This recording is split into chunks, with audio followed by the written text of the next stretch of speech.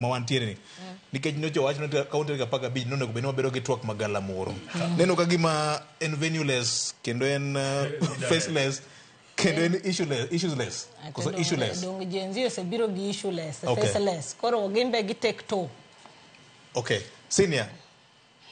nyinga chal ka gima onge listi ni kaka ne wacho ni nitiere gimoro ming'eyo maka moro amama media senior ka gima senior ale man gi list ale watimo vetting Central Management Committee mar party nyocho bedo juma mokalo chien kendo kawuono ng'eni gintiere kod romo eka bang'e summit mar Azimio bende gi romo mar bedo gi duol achiel e weche mosebedo ka timore e Kenya ka makmani nitie jomoko e ODM ka kiloso kodgi neno ka gima nitiere iro marachar macharo mar Vatican cha morgi ilo moro nitiere ye kaka leng to mane makosa ang'o me wacho ni mai makosa nikech kuma piny Kenya nitie sani VOJ gigi duto oken ni it is a political problem it is a problem mobedo occasion gi bad governance it is a problem mobedo occasion gi lack of morals ineno magik ma nyithindo gi wacho and the filing of the constitution magi ma nyithindo gi wacho giwacho ni one we don't care political party tribe so long as you are competent and we can put you to task and you take good care of our taxes to bed kanyo itima ng'owa iti unfortunately any party mag opposition gi moko kuom gi ng'iyo ni giyudo nafas mar donje sirkal tang'o miyo giringo donje sirkal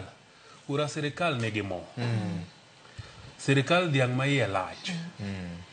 sirkal isiemo mna gik moko ni to timore kata kes ni mane court nyalo bedo inyalo chunge inyalo yone handbrake matin gidwa ni gidonje sirkal not mondo gi address gik ma nyithindo gi wacho but mondo gin bende gibedie part of chiemo ni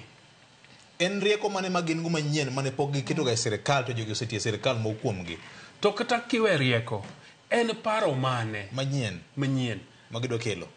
nikech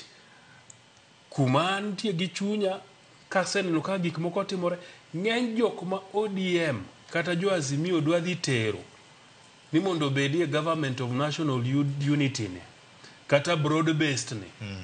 gine jogo manose milemo moko no yier gi jopiny to gima ne gitimo maber nok waneno but nikech e kom siasa ka gine gote kumoro kore dhi mege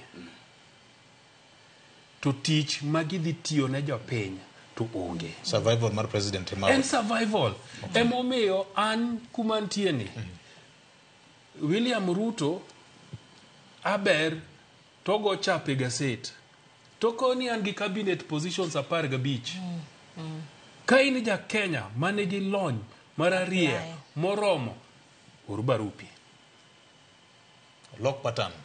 patan to ka gidhi beti aputu moro ni josiasa kimo mewacho ni ODM oseyie ni dhi negotiate ni sijui ang'ang'o ni gidwa broad based nyithindo gi eka biro duoge streets mang'eny te ka gibiro duogo magi koro un bende nyaka udhi te gima Fred wacho ni kidwa mako thuol to jasiki ochung' bathi bende gombo mako thuol ni to lwete mikawo tikore ne wuora makna gini erokamano ema dhi timore jomadongo weche